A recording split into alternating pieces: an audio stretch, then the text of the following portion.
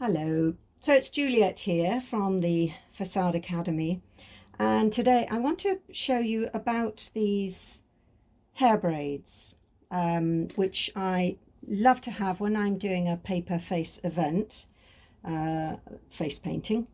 Then I take these along with me. So this is a stand that I bought as an extra piece. So it's Perspex and it's freestanding. And as you can see at the top here, there's little slots which just fit in quite neatly. So it's a display stand, but it's very sturdy, and that's how I keep them all. How many slots are there? 1, 2, 3, 4, 5, 6, 7, 8, 9, 10, about 20 slots. And yeah, nice clear Perspex. It looks good. They're on display. I've got all the tools here. I'll show you those in a second. So let me just show you one of these little hair braids. So they're reusable. Some have beads, some have feathers, and all sorts of others you can get hold of. So at the very top here, you might be able to see there's a tiny little bit of metal, a little metal tube. It's very thin metal, and basically we thread the hair through the tube and clamp it with the pliers. That's how it works. And they can take them home, unclamp it, and reuse them as many times as they want. So that's the braid I'm going to use shortly. So then I have a tail comb so that you can separate the hair quite easily, and a pair of pliers. I prefer the curved nose pliers so you can clamp the top. And then I use these little things called gum ease, and they are little loops, and so that is what I thread through the tube, and then the hair goes through the loop and you pull it through, a bit like you might remember on ponytails and things.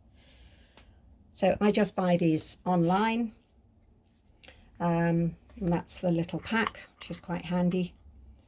And I nearly always give the little loop to the parents so they can take that home, and makes it easier for them to reuse them.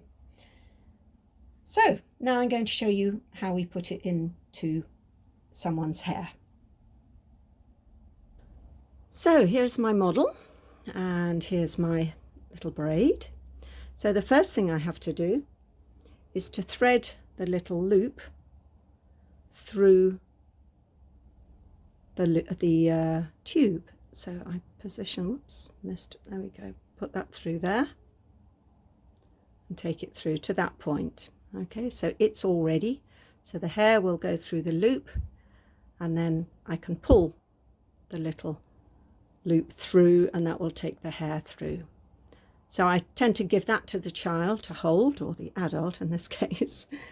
Then I'm going to take my tail comb, and I usually suggest that they have it under the parting, or, you know, away from the parting, so there's a bit of a barrier. So I always make a little parting like that with the tail comb, put that over there, and then I make a little square with the tail comb,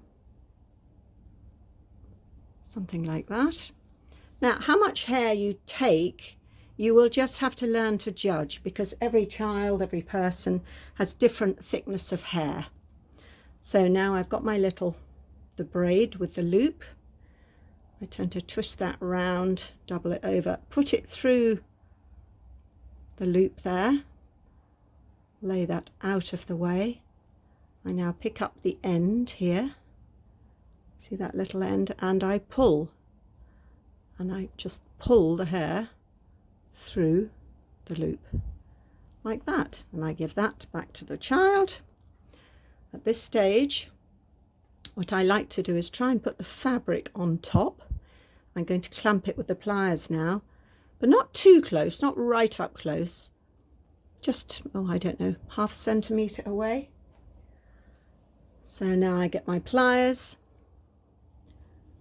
and clamp that, so it's press it really firmly, and you can see why I have these pliers with the nose bent so they're away from the head. So you squeeze that really, really tight, and that's in. Then generally what I do is give it a little tug to see if it's quite secure, and it is. And then I actually get the mother or the parent to come along and say, right, just feel that. You see, it won't come out immediately, but if you pull hard, it will come out. So don't pull hard. And that's what I say to the child. And then I lay the hair back over. And then if we lift up a little bit, you can see it in the hair. Okay. There it is. I don't know how many minutes that took, but it's very quick. Slightly quicker than a face paint. I usually charge around about the same. Wonderful. Thank you.